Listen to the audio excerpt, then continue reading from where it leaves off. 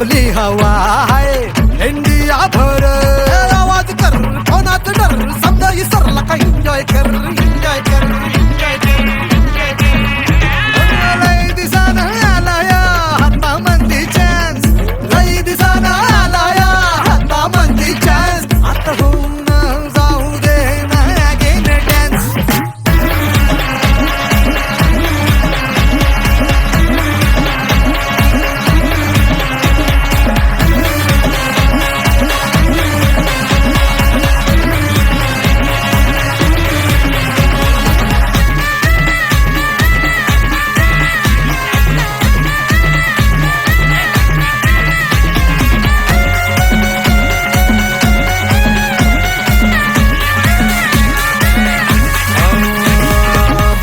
आपली चॅनल वर जाहिरात आपली पेपर भर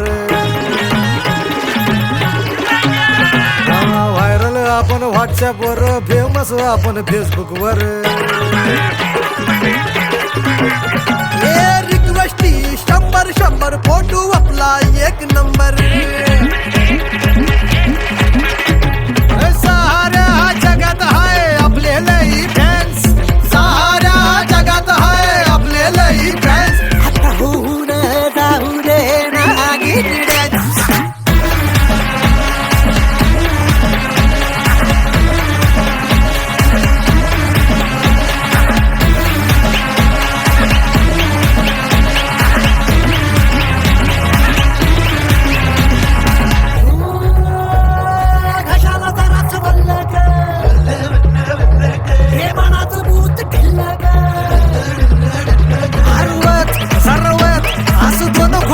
काय नाही हो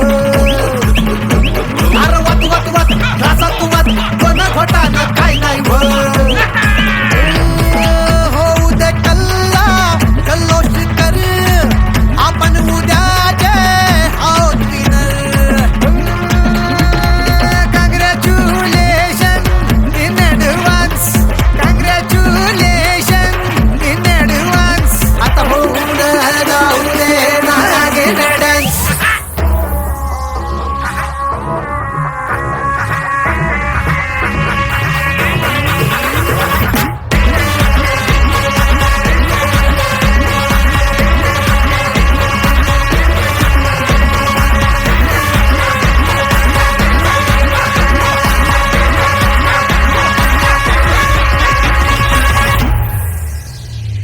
दिसाना आलाया हाता मंदी चान्स आता होऊन जाऊ दे ना अगेन डान्स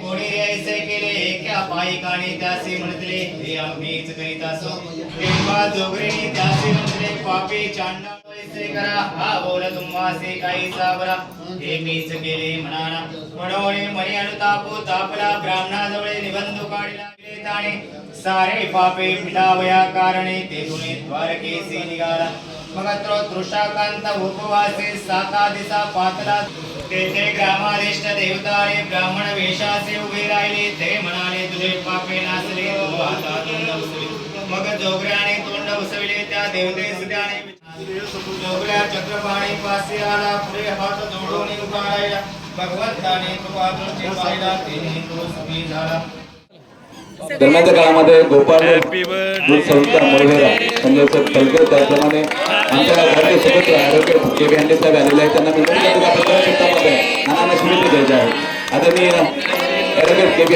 साहेबांना विनंती करतो की आपण नानांना शुभेच्छा द्याव्यात दोघांचे फोटो घ्या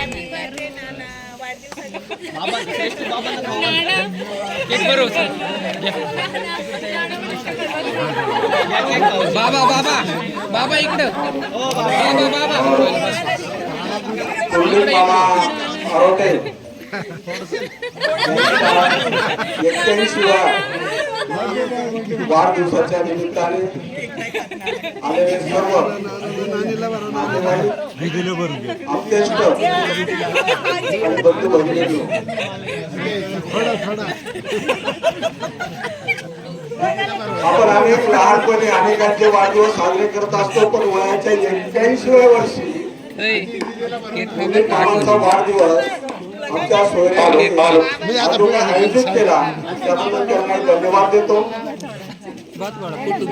गीत या ठिकाणी घेऊन येत आहेत.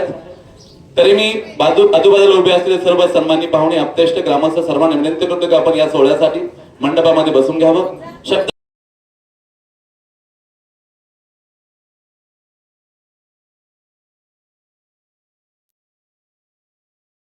या ठिकाणी पडवीमध्ये बसलेले सर्व आमच्या माता भगिनी आहेत, पाहुणे आहेत, त्या सर्वांनी जर पुढे बसलं तर योग्य वाटेल. सर्वांनी समोर बसायचं आहे.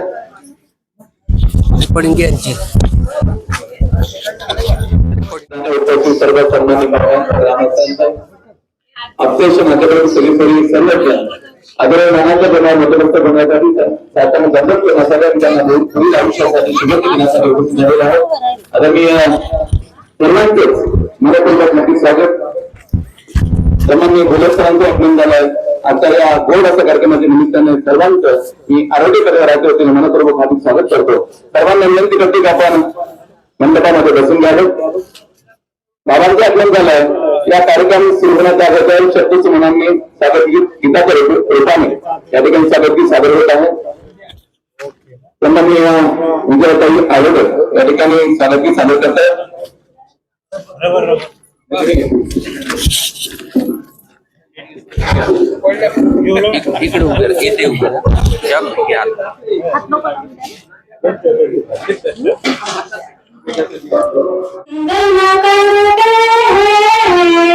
हम स्वागत करते हैं, अभिनंदन करते हैं, हम स्वागत करते हैं.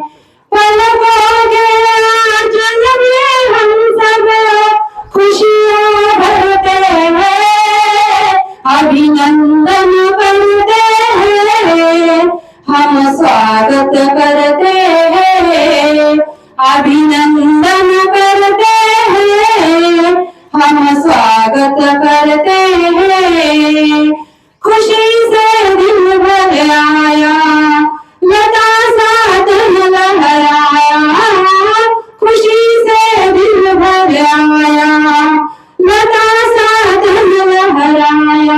फूल नहीं है बिना फलाना छोड़ करते हैं, पलकों के आंचल में हम सब खुशियाँ भरते हैं, अभिनंदन करते हैं, हम स्वागत करते हैं, अभिनंदन करते हैं, हम स्वागत करते हैं. आप श्रीमान पधारे, धन्य है भाग हमारे.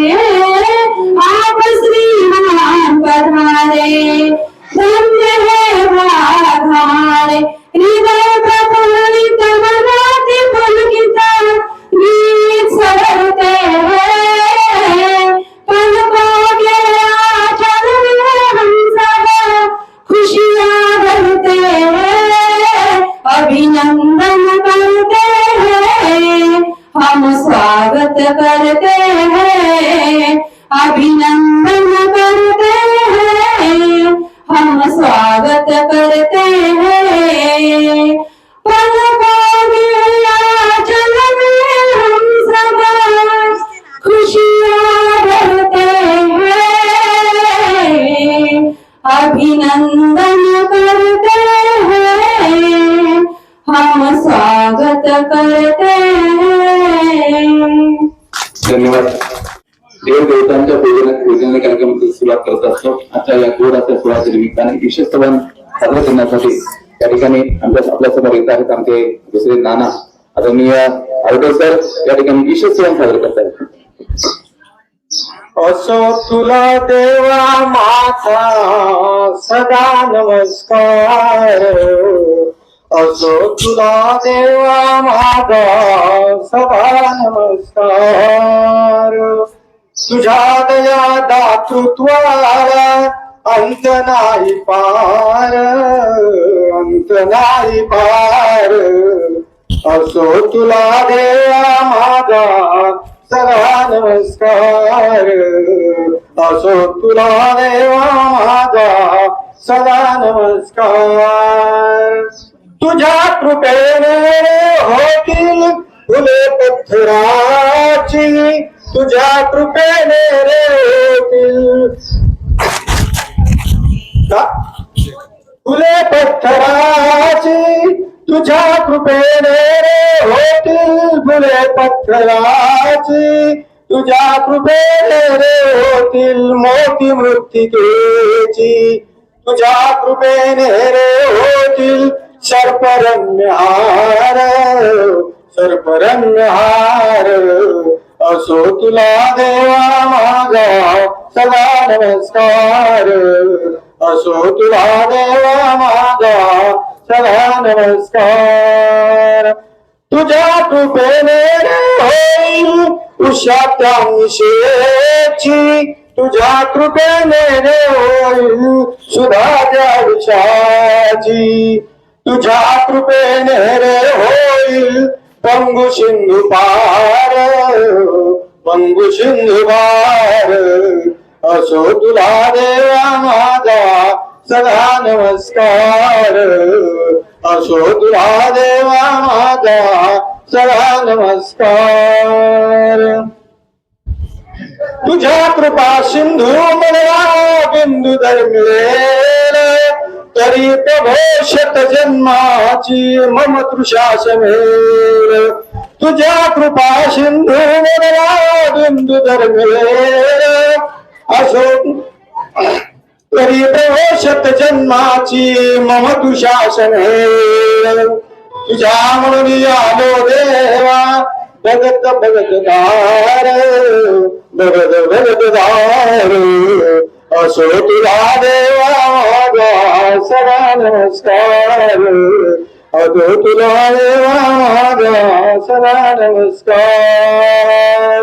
दंडत्वा वंदे तुला रामी लहान आहे तुझ्या बाळ, तरी तू संभाळ देवर आहे.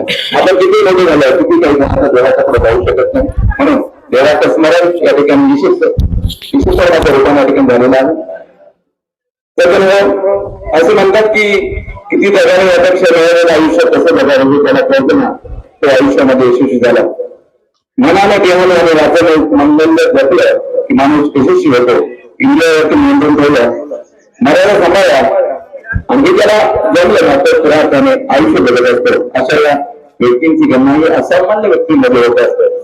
असं ते असामान्य व्यक्ती होतं, दुनियामध्ये तुम्ही आदर्श व्यक्ती होतं, खऱ्या अर्थाने समाजासमोर आदर्श ठेवणार. असामान्य असं व्यक्तिमत्व ते म्हणजे आजचे आमचे नाना आदरणीय पंडित तुकाराम आरोग्य. असामान्य किंवा करणारे एक वेगळे व्यक्तिमत्व असणारे, समाजामध्ये वेगळी भूमिका मांडणारे, एक जुन्या पिढीतील एक आदर्श असं व्यक्तिमत्व आणि आदर्श व्यक्तिमत्वांचा आज 2.5 कीर्तन सोहळा संपन्न होत आहे. आज इथे जमलेले आपण सर्वच जण नानांना शुभेच्छा देण्यासाठी त्या ठिकाणी जमलेले आहेत. त्यांच्या वाढदिवसाच्या निमित्ताने आयोजित 2.5 कीर्तन सोहळ्यासाठी आपण सर्वांना उपस्थित झालाय.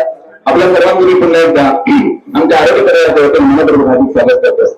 आज नानांचा 81वा वाढदिवस आहे आणि या 81व्या वाढदिवसाच्या निमित्ताने पुढील आयुष्यामध्ये कोणतीही अडचण नानांना येण्यामध्ये जे अनिष्ट करणारे ते घडून मिळत आपण सर्वजण सामूहिक रूपाने देवाच्या नमस्कार करणार आहोत आणि नानांना पूर्ण आयुष्यासाठी उदंड आयुष्य लागेल, निरोगी आयुष्य लागेल यासाठी देवाचे प्रार्थना करणार आहे. महात्मा दिवस म्हणजे 2.5 कीर्तन सोहळ्याचा आजचा हा शुभ दिवस. म्हणून प्रथमतः आजची जी 70 व्यक्ती आहे ज्यांना आपण शुभेच्छा देणार आहोत, आपल्या सर्वांच्या वतीने त्यांच्या परिवाराच्या मुलं त्यांच्या सर्व परिवारातील मान्यवरांच्या वतीने आजच्या या सोहळ्याच्या निमित्ताने आपण प्रथमतः त्यांचं पूजन औक्षण करणार आहोत. 2.5 कीर्तन सोहळ्याच्या निमित्ताने या ठिकाणी नानांचं पूजन संपन्न होणार आहे. तरी मी त्यांची मुलं या सर्वांना विनंती करतो की आपण नानांचं पूजन करण्यासाठी त्या ठिकाणी दरम्यानच्या काळामध्ये 2.5 कीर्तन सोहळ्यासाठी नानांना उदंड प्रार्थना करण्यासाठी शुभेच्छा देण्यासाठी आमच्या दामोदर गावचे विद्यमान उपस्थित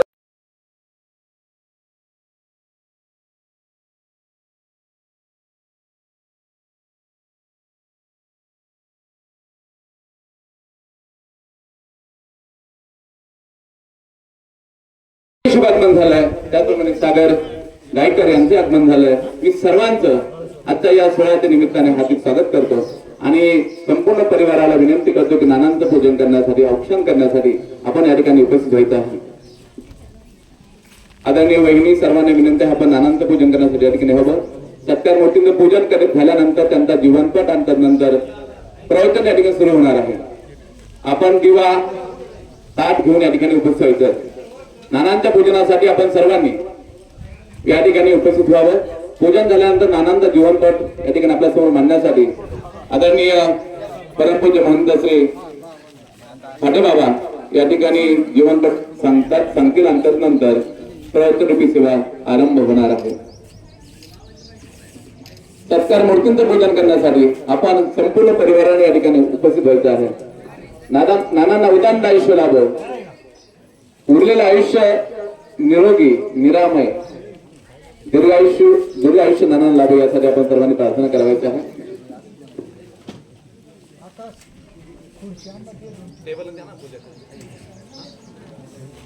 नंतर करायचं, बरं ठीक आहे, चालेल, ओके.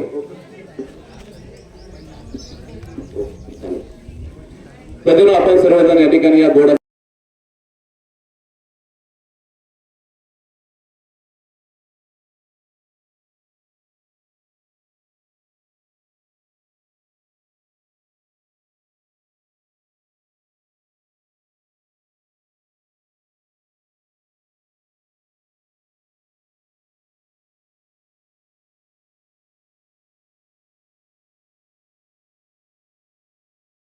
जीवनपट नानांचा जीवनपट आपल्या समोर मांडावं. आदरणीय परमपूज्य महंत श्री फाटे बाबा. परमपूजनीय आजचे प्रवचनकार महंत श्री आचलपूरकर बाबा, कार्यक्रमाला उपस्थित असलेले परमपूजनीय महंत श्री गोमेराज बाबा, त्याचप्रमाणे उपस्थित असलेले सर्व साधू संतगण, तपस्विनी माता भगिनी आणि कार्यक्रमाला जमलेले सर्व सद्भक्त बंधू भगिनींनो, माझ्याकडे या ठिकाणी कुंडलिक नानाचा परिचय द्यायचं काम दिलेलं आहे. कुंडलिक नानांचा या ठिकाणी सहस्त्रचंद्र दर्शन सोहळा संपन्न होतो. या नानांचा जो जन्म आहे तो 81 वर्षापूर्वी झालेला आहे आणि 1000 पौर्णिमेचा चंद्र त्यांनी बघितला, अशा प्रकारचा ह्या वाक्याचा अर्थ आहे सहस्त्रचंद्र दर्शन सोहळा. मी याची बेरीज केलेली आहे, मला बेरजा करायची माहिती आहे.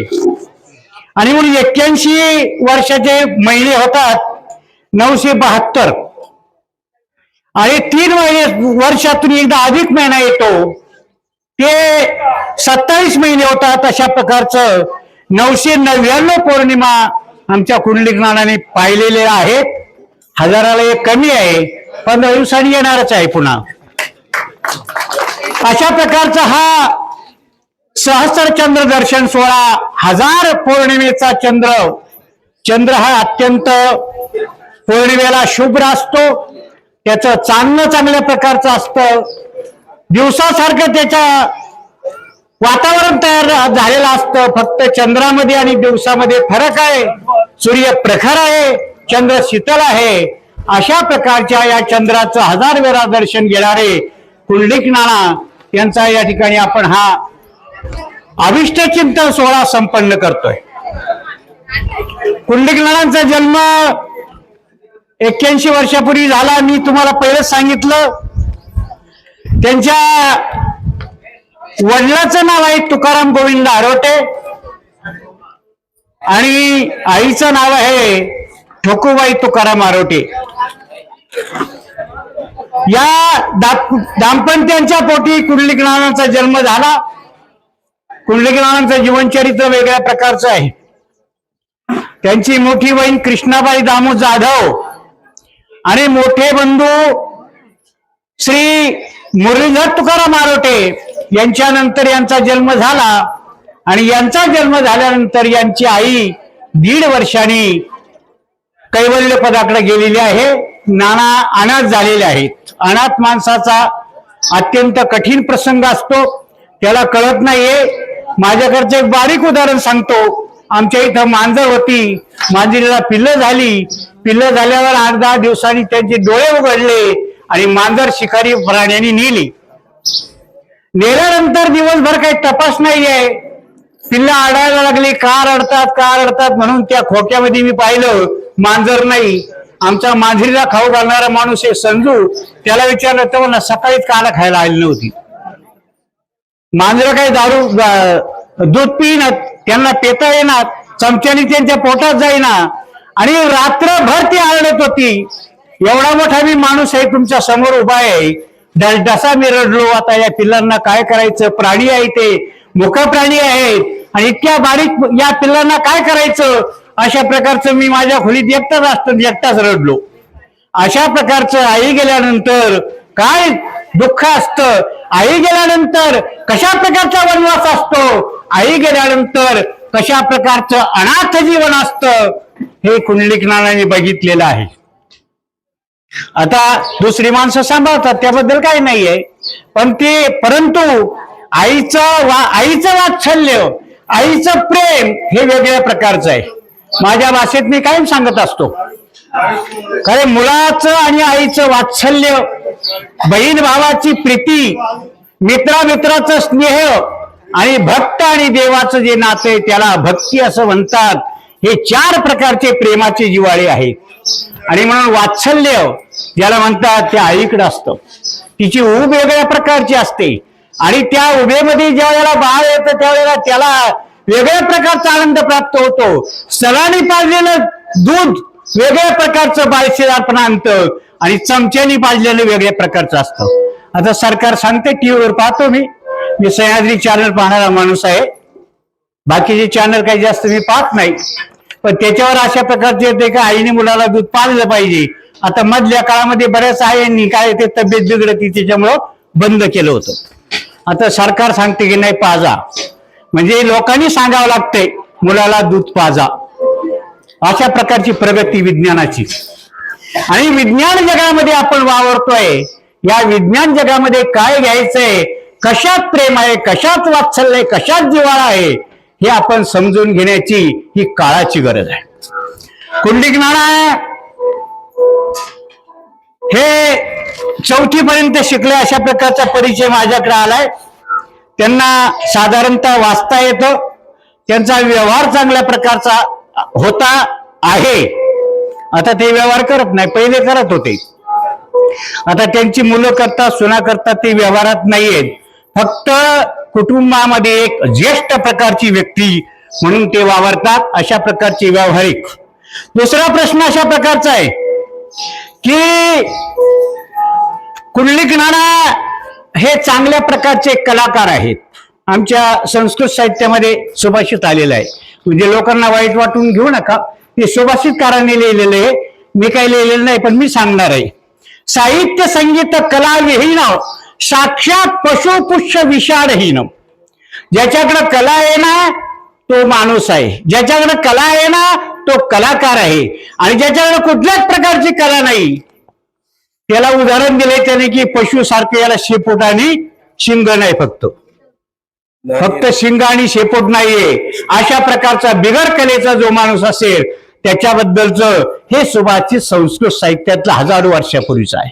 म्हणून माणसाकडे कला असली पाहिजेत, माणसाकडे गुण असले पाहिजेत आणि माणसाची धडपड असली पाहिजे कला प्राप्त करायच्या.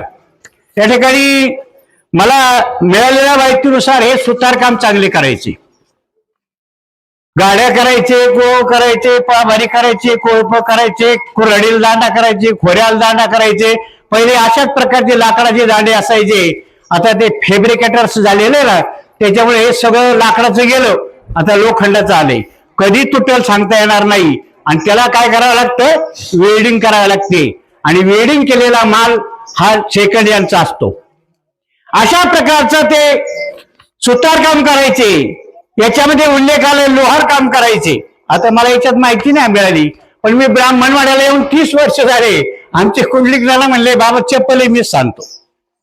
चप्पल मीच सांगतो, माझी चप्पल सुद्धा मी घरी सांगतो, कोणाची असली घरातली तरी सांगतो. मी कुठलंही काम करायला लाजत नाही, नाहीच लाजलं पाहिजे.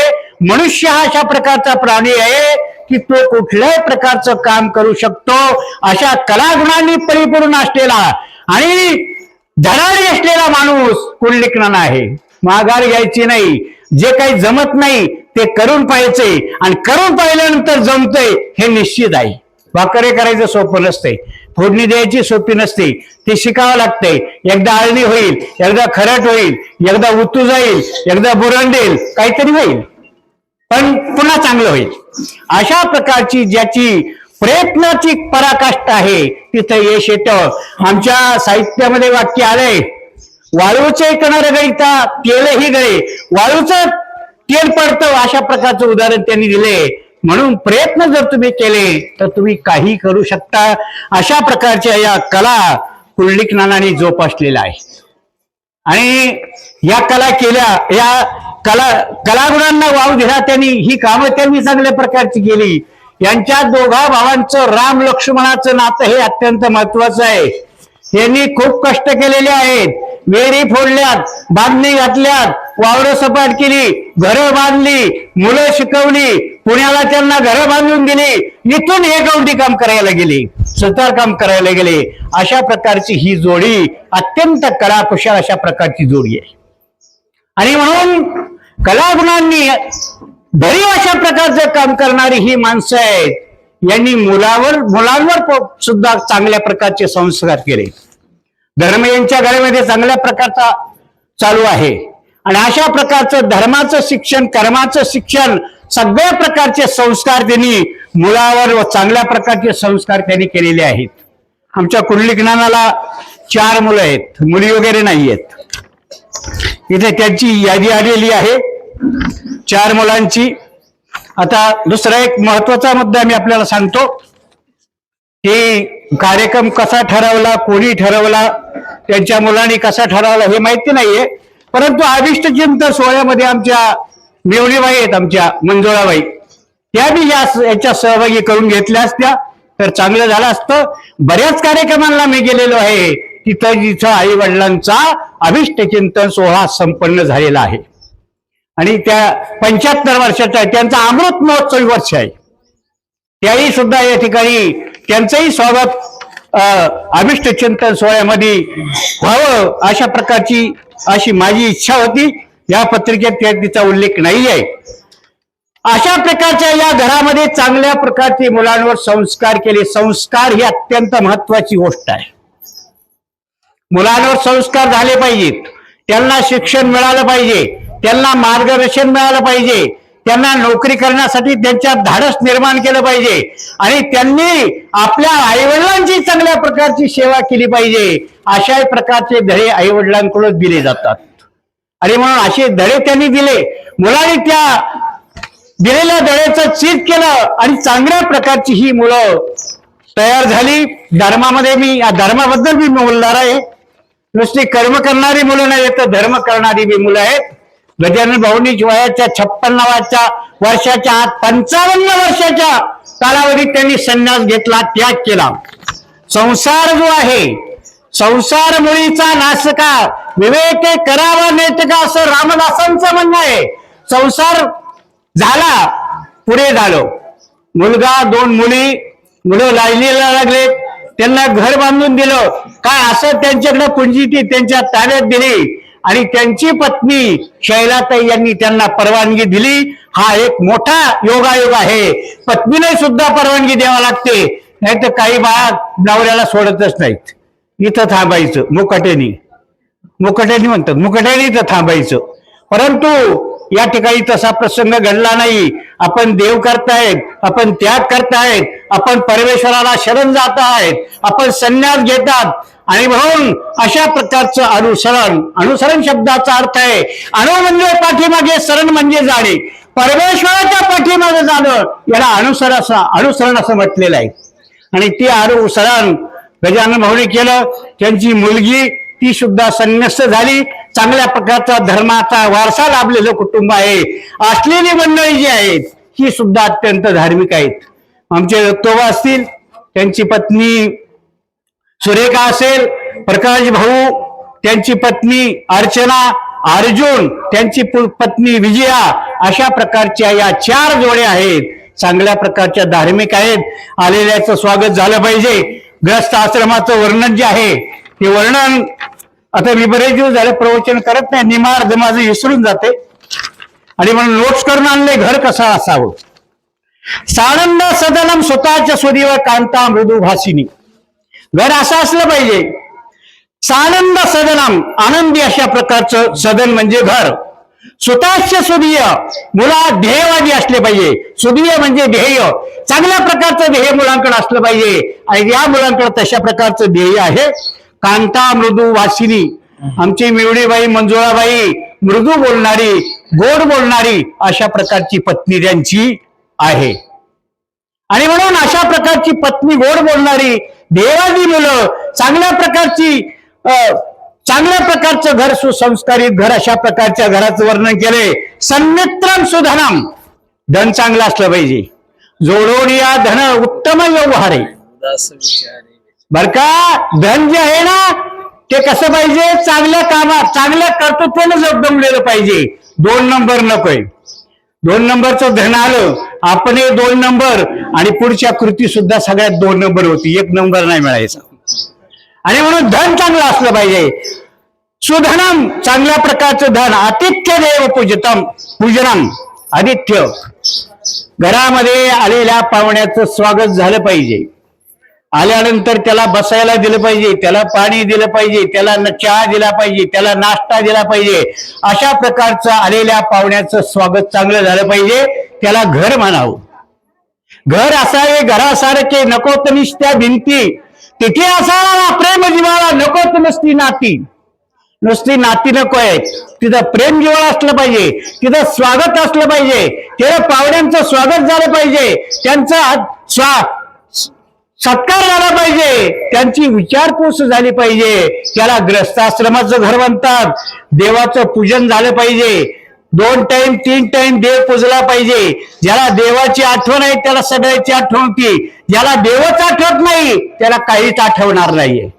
मरतानी सुद्धा आठवणार नाहीये. तो म्हणून वासरू केरसुनी खाते, वासरू पिरसुनी खाते. दुष्ट सांगायला टाइम नाही माझ्याकडे परिचय हे बाबा दुष्ट सांगतील. आणि मिष्टान्न पानम गृहे, चांगल्या प्रकारचा आहार, शाकाहारी आहार, माणसाचा आहार. माणूस शाकाहारी आहे आणि शाकाहारी असलेल्या माणसाचं कसं आहे, ते होटाने पाणी पित असतात. मांसाहारी प्राणी जे आहेत ते जिभेने पाणी पितात. वाघाला जिभेने प्यावं लागतंय, कुत्र्याला जिभेने प्यावं लागतंय, मांजराला जिभेने प्यावं लागतंय. माणूस होटाने पितोय, गाई भोटाने पिते, बकरी होटाने पिते. आणि या प्राण्यांची दातांची रचना सरळ आहे. जे हिंसा करणारे प्राणी त्यांचे 4 सोय दात असतात. त्यांची जीभ सरबट असते आणि तिच्या माध्यमातून ते रिक्त पिण्याचं काम करत असतात. माणूस शाकाहारी आहे आणि म्हणून शाकाहारी अशा प्रकारचं कुटुंब, चांगले पदार्थ खाणारे. जसे खाई अन्न तसे होते मन, जसं अन्न खाल तसं मन तयार होतंय. आणि म्हणून अशा प्रकारच्या कुटुंबामध्ये चांगल्या प्रकारचं आता मिष्टान्न जास्त आहे. कुंडलिक काळात मिष्टान्न नव्हतं. होतं गाईचं दूध, म्हशीचं दूध बीज होतं, सगळं होतं. पालेभाज्या होत्या आणि चांगली आपली जुन्या काळातली धान्य होती. आता संकरित धान्य आहेत, आता संकरित भाज्या आहेत, संकरित फळं आहेत, सगळं फवाऱ्याचं आहे. निरे चांगलं आचाराने राहत होतो. परंतु मलाही सुद्धा घरामध्ये काय आहे, साधू संघ उपासते.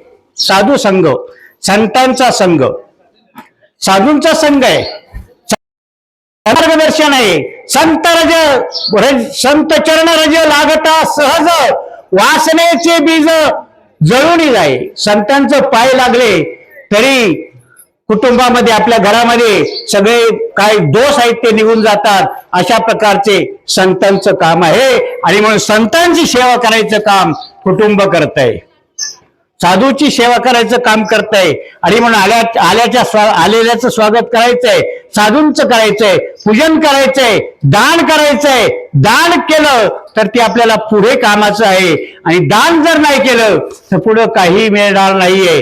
दिल्याने वाढतं, वे कृते वर्धत एव नित्यम.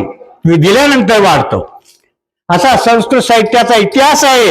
आणि म्हणून दान करणं हा कुटुंबाचा भाग आहे. हे संस्कार त्यांच्याकडे आहेत. आणि शेवटचं वाक्य आहे धन्य ग्रस्ताश्रम, याला धन्य ग्रस्ताश्रम म्हणायचं. असं जे घर असत त्याला धन्यग्रस्त आश्रम म्हणायचं. जिथं काय चालतंय आनंद आहे, जिथं काय चालतंय ध्येयवादी मुलं आहेत, जिथं काय बायको चांगली गोड बोलणारी आहे, मित्र आहेत, चांगलं धन आहे, अतिथीचं स्वागत आहे, देवाचं पूजन आहे, चांगला आहार आहे, साधूचा संघ आहे.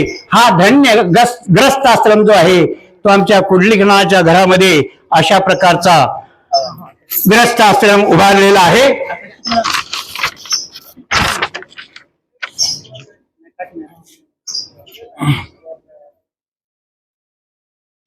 नंतरच्या काळामध्ये कुंडलिकनाथाच्या आमच्या मुरलीधरदादांच्या काळामध्ये मग पाण्याच्या सोयी, लाईटी, मोटारी वगैरे वगैरे आले, ट्रॅक्टर आले, गाड्या आल्या, घोड्या आल्या, सगळं आलं. नंतरच्या काळामध्ये आलं, त्यांच्या काळामध्ये नव्हतं. अशा प्रकारच्या खडतर जीवनामध्ये चांगल्या प्रकारचं जीवन जगून थोरल्यांचं जीवन चांगलं केलं. अशा प्रकारचे हे कुंडलिकनाना, हजार पौर्णिमा पाहणारे अशा प्रकारचे कुंडलिकनाना आहेत. आता आमच्या कुंडलिकनाना पहिले मानव आश्रमात गेले होते. मी त्यांना म्हटलं होते दीक्षा घ्या, पण त्यांचं अजून तसं मानसिकता तयार नाहीये. आणि दुसरं एक कारण सांगतो, आमचं कारण सांगतो आता, की आमच्या चक्रस्वामींनी सांगितलंय की अधिकार असल्याशिवाय कुठली गोष्ट घडत नाही. अधिकार असल्याशिवाय ती गोष्ट घडत नाहीये. आणि म्हणून ईश्वराचा अधिकार आला नसेल तर ते घडू शकलेलं नाही. हरकत नाही. मी आज या ठिकाणी आलो, माझ्याकडं दत्तोबाणी आणि प्रकाश भाऊनी हे परिचय द्यायचं काम माझ्याकडे दिलं. माझ्या माहितीप्रमाणे आणि मिळालेल्या ह्या माहितीप्रमाणे या ठिकाणी जीवनपट मी मांडलेला आहे.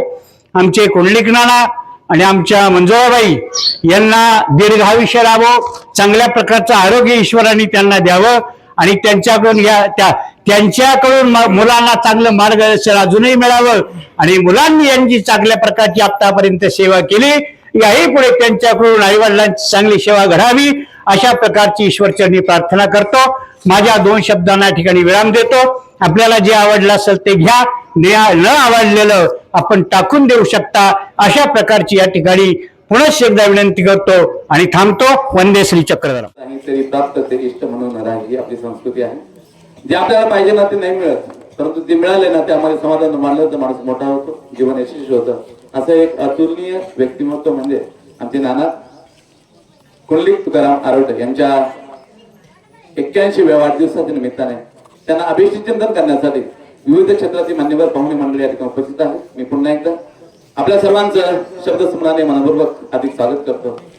सज्जनहो, बाप नावाचा माणूस जोपर्यंत डोक्यावर आहे ना, बाप नावाचा माणूस जोपर्यंत डोक्यावर आहे ना, तोपर्यंत सुखाचा पाऊस कधीच कमी पडत नाही आणि दुःखाचं ऊन कधीच आपल्या अंगावर येत नाही. जोपर्यंत ते जिवंत आहे तोपर्यंत. याचं कारण असं की मुलाचं हित चिंतणारे एकमेव व्यक्तिमत्व म्हणजे ते आपले आई आणि बाबा.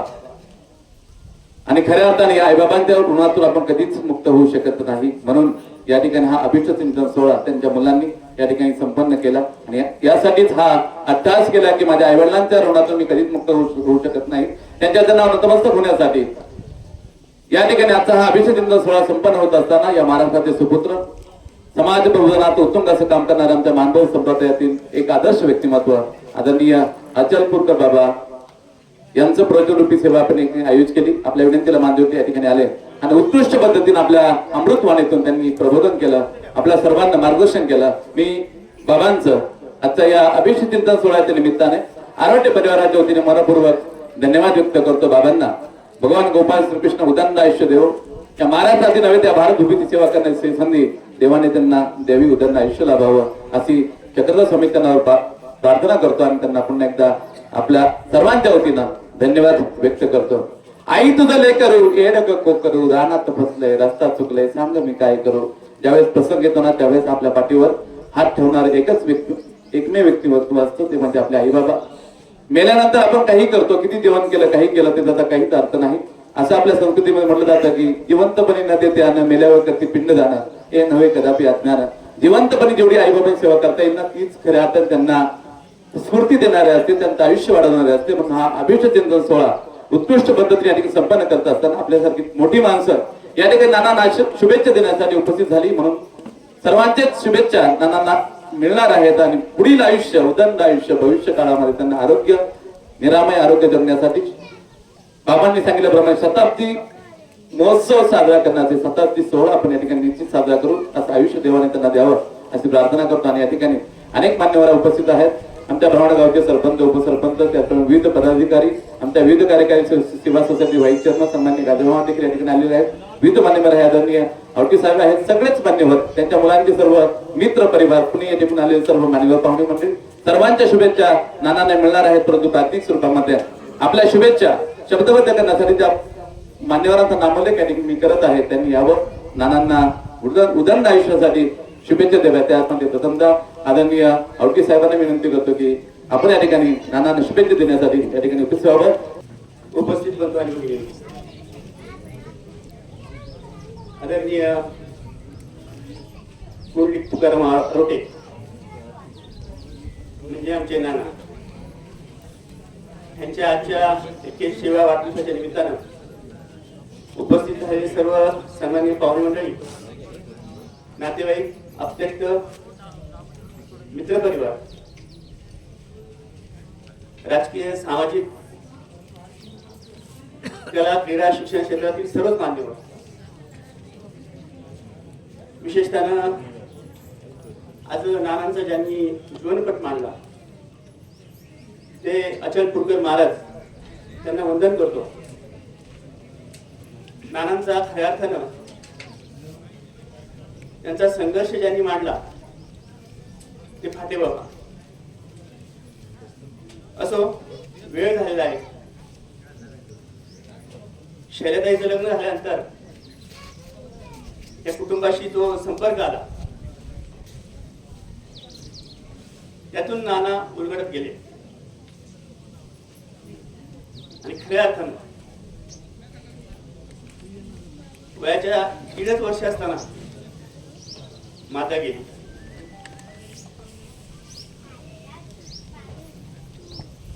तरी सुद्धा हे जीवनाशी त्यांनी संघर्ष मांडला. त्यांचे मोठे बंधू असतील मुरलीधर दादा आणि नाना. फाटेबाबांनी ज्याप्रमाणे सांगितलं त्याप्रमाणे खरोखर त्या मंडळांनी जे नानांच्या बोलण्यात मला सुद्धा जाणवतं, जीवनाशी त्यांनी एक लढा मांडला. अशा प्रकारे की सुतारकाम असेल, लोहार काम असेल, आज आपण या ठिकाणी लाऊडस्पीकर बघतो, रेडिओ बघतो, टीव्ही बघतो, यायला जायला गाडी रस्ते निर्माण झाले, पाणी आपल्या शेतात आलं. 80 वर्षाचा पूर्वीचा काळ आणि त्यांचा तो काळ किती खडतर असेल त्याचा विचार करण्यासाठी आज त्यांचा हा वाढदिवस. त्यांच्या वाढदिवसातून आज आपण खरं म्हणजे आज या ठिकाणी त्यांच्या पुढील परिवाराची सर्व मुलं आहेत. तरुणांनी आज आम्ही काय घेतलं पाहिजे तर मला आज हरिवंश राय बच्चन यांची कविता आठवते. लहरों से डरकर नौका पार नहीं होती, लहरों से डरकर नौका पार नहीं होती, कोशिश करने वालों की कभी हार नहीं होती. नन्ही चींटी जब दाना लेकर चलती है, नन्ही चींटी जब दाना लेकर चलती है, चढ़ती दीवारों पर 100 बार फिसलती है. मन का विश्वास रगों में सांस भरता है, चढ़कर गिरना, गिरकर चढ़ना न अखड़ता है. आखिर उसकी मेहनत बेकार नहीं होती, कोशिश करने वालों की कभी हार नहीं होती. पहा, खरं म्हणजे राजूर ग्रामी असताना ब्राह्मणवाडा आणि येसापूर हे एक पठार भाग समजला आहे. मग ह्या भागामधून तरुणांनी कसं असलं पाहिजे, कसा संघर्ष केला पाहिजे आणि जीवन कसं जगलं पाहिजे हे आम्हाला खरं म्हणजे नानाकडून बघून कळतं. असफलता एक चुनौती है, उसे स्वीकार करो. असफलता एक चुनौती है, उसे स्वीकार करो। क्या कमी रह गई उसे ढूंढो और सुधार करो। जब तक ना हो सफल तब तक नींद चैन को त्यागो तुम। जब तक ना हो सफल नींद चैन को त्यागो तुम। संघर्ष का मैदान मत छोड़ो तुम। संघर्ष का मैदान छोड़ो मत तुम। कुछ किए बिना जैसे कार नहीं होती, कोशिश करने वालों की कभी हार नहीं होती। कोशिश करने वालों की कभी हार होती, कोशिश करने वालों की कभी हार नाही होती। आणि हाच संदेश आम्हाला आजच्या या प्रेरणा म्हणून मी असेल, त्यांची पुढची पिढी, शैद्याचं लग्न झाल्यानंतर खऱ्या अर्थानं प्रकाश नाना असतील, आमचे दत्तू दादा असतील किंवा अर्जुन असेल, पहा ना नानांचं, म्हणजे नानांच्या आईचं नाव कृष्णाबाई आणि नानांच्या मोठ्या भावाचं नाव मुरलीधर, त्यांचं नाव कुडली, मुलांची नाव आता माझ्या दाजींचं नाव गजानन आणि दत्तात्रय, प्रकाश. खऱ्या अर्थानं प्रकाश निर्माण करायचं काम नानांनी आपल्या पूर्ण आयुष्यातून केलं, क्षणाक्षणाला केलं. त्यांच्या कृतीतून त्यांनी पुरुषार्थ दाखवला. युवकांची प्रत्येक कृती पुरुषार्थी असली पाहिजे. पराक्रमासाठी त्यांनी नेहमी सिद्ध असलं पाहिजे. बलदंड शरीर, भव्य स्वप्नांची ओढ, दुर्दम्य आशावाद आणि असामान्य ध्येय या गुणसंपदेला निरंतर परिश्रमाची जोड देऊनच युवकांचे योगदान सिद्ध होऊ शकते. आणि ह्या सर्व गुणांना न्याय द्यायचं काम नानांनी आपल्या जीवनामध्ये केलं. ध्येयावरती अतूट निष्ठा असणाऱ्या युवकांनी येणाऱ्या सर्व प्रलोभनापासून स्वतःचं संरक्षण करायला पाहिजे. नानांच्या जीवनामध्ये प्रलोभने असतील पण त्यांनी दुर्लक्ष केलं. अनेक ध्यान धारणाच्या पद्धतीने आपला संसार केला आणि त्या माध्यमातून आम्हाला मार्गदर्शन मिळालं आणि त्या प्रेरणेतून आम्ही पण यशस्वी झालो. सर्व त्यांची मुलं असतील आज यशस्वीपणे जीवन जगतात. त्यांची आध्यात्मिकता बघितल्यानंतर आपल्याला समजतंय की त्यांच्या कुटुंबातून दाजींनी जो आज प्रत्येक पाऊल त्यांचं ईश्वरासाठी पडतं. आमची भाची सायली, तिचा प्रत्येक क्षण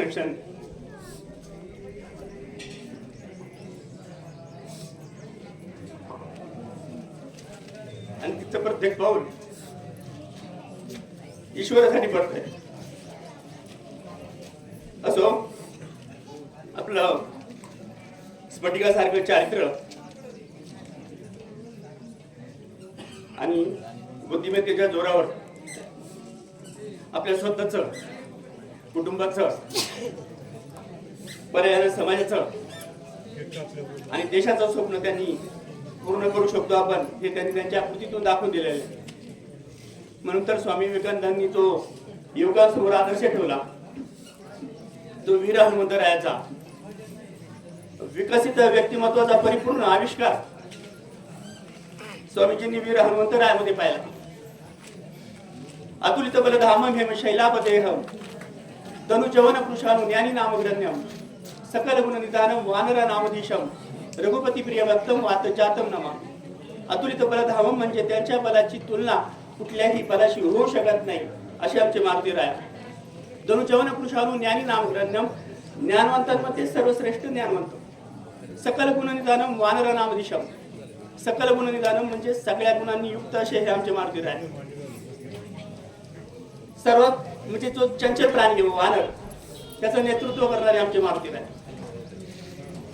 सकल गुणनिधानं वानर नामधीशम रघुपती प्रिय भक्त मात जातम नमामि, म्हणजे रामरायाची ते भक्ती करणारे अशी अध्यात्माची आपल्या जीवनामध्ये आजही पहा ना. त्यांच्या हातामध्ये त्यांनी मला सांगितली एक कृती सहज बोलता की ब्राह्मणवाड्यामध्ये ते अगदी कुणालाही भेटले की दाखवत, पण ही कृती त्यांची अगदी मुसलमान सुद्धा व्यक्ती त्यांना लागून बैठी गदांडोत करते ना. म्हणजे अशा प्रकारचे व्यक्तिमत्व, आध्यात्मिकता निर्माण करणार. आजच्या समाजामध्ये ईश्वराचं अधिष्ठान संपल्यामुळं आज महाराजांनी सांगितलं खूप चांगल्या पद्धतीने, वेगळ्या पद्धतीने समाज चाललाय. कारण काय झालंय, घराघरातून ईश्वराचं अधिष्ठान संपत चाललंय. मग ह्या ईश्वराचं महत्व वाढवायचं काम आजच्या या वाढदिवसाच्या निमित्ताने, नानांच्या वाढदिवसाच्या निमित्ताने आपण आज करतोय. खरं म्हणजे हे ईश्वरा कुठला अर्ज नाही की कुणाची शिफारस नाही की कुठलंही असामान्य कर्तृत्व नाही. तरी अगदी डोक्यापासून खाली पायापर्यंत तेव्हा तू 24 तास रक्त फिरवतोस, जिभेवर नियमितपणे अभिषेक करतोस आणि माझे हृदय तू अखंडपणे चालवतोस. तेव्हा असे चालणारे कोणते यंत्र तुझ्या शरीराच्या आतमध्ये फिट केलं आहे की त्यामुळे अगदी पायाच्या बोटाच्या नखापासून तर डोक्याच्या केसांपर्यंत संदेशवर प्रणाली कुठल्या गूढ शक्तीच्या सामर्थ्यावर तू चालत आहे काही समजत नाही. हाडांपासून तयार होणार रक्त कोणते जगा वेगळं आर्किटेक्चर आहे याचा मागूच नाही. हजारो मेगापिक्सलच्या 2-2 कॅमेरे अहोरात्र दृश्य टिपत आहेत. 10,000 टेस्ट करणारा जीव नावाचा टेस्टर, आणखीनच संवेदनाची जाणीव निर्माण करून देणारी त्वचा नावाची सेन्सर प्रणाली, वेगवेगळ्या फ्रिक्वेन्सीचे आवाज निर्माण करणारी स्वर प्रणाली आणि या आवाजाचं कोडिंग करणारं कान नावाचं श्रवण यंत्र, 75% पाण्याची. हार्दिक शुभेच्छा. कोणाचाही वाढदिवस हा नुसता त्याने जगलेल्या वर्षाचा हिशोब नसतो, तर तो वाढदिवस म्हणजे त्या व्यक्तीने उभ्या आयुष्यात गाजवलेला कर्तृत्वाचा गौरव असतो. बाबा, तुमचं कर्तृत्व खूप प्रचंड आहे. तुम्ही अपार कष्टांनी यशाचे शिखरे गाठले आहेत. आजच्या दिवशी आम्ही सर्व जेव्हा मागे वळून पाहतो तेव्हा एक एक प्रसंग आमच्या सर्वांच्या डोळ्यासमोर येतो. अगदी लहान असतानाच बाबांच्या डोक्यावरील मायेचे छत्र हरपले. त्यांची आई गेली, पण पुढे त्यांची आजी गजाबाई हिने त्यांचा सांभाळ केला. त्यांच्या बालपणीच्या फारशा आठवणी आमच्या जवळ नाहीत, पण पुढे त्यांनी केलेल्या कष्टाचे वर्णन आम्ही नेहमीच ऐकत आलो आहोत. शेती करताना अपार कष्ट त्यांनी केले आहेत, परंतु विहीर खोदण्यापासून अवजड पाषाण उचलण्यापासून कष्टदायक कामांमध्ये त्यांनी रक्ताचे पाणी केले. सुतार, गवंडी, शेतकरी, इलेक्ट्रिशियन सारीच कामे त्यांना अवगत होती. आमच्या बाबांना येत नाही असे कुठलेच काम नाहीये. संसाराचा हा गाडा ओढता ओढता त्यांची मुले कधी मोठे झाली हे कळलंच नाही. आपल्या मुलांना उत्तम शिक्षण मिळावे यासाठी त्यांनी शिक्षणासाठी बाहेर गावी पाठवले. घार हिंडे आकाशी चित्त तिचे पिलांपाशी यानुसार तिकडे असतानाही त्यांची खूप काळजी करायची. सकाळी गावामधून एक एसटी जायची, त्या एसटी मध्ये काकांना तिकडे डबा पाठवायचे. आजीने केलेली भाजी भाकरी त्या एसटीने काकांपर्यंत पुण्याला पोहोचवायचे. कष्टाचा डोंगर उचलणारा हा मानव कलेच्या विश्वात पाऊल ठेवणार नाही तर नवलच.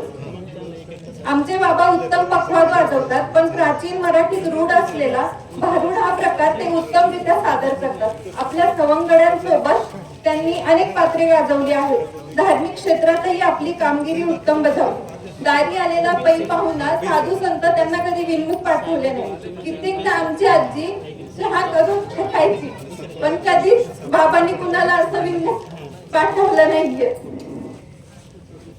बाबांचे गुणगान करताना एक महत्वाची गोष्ट राहिली ती म्हणजे आमची आजी.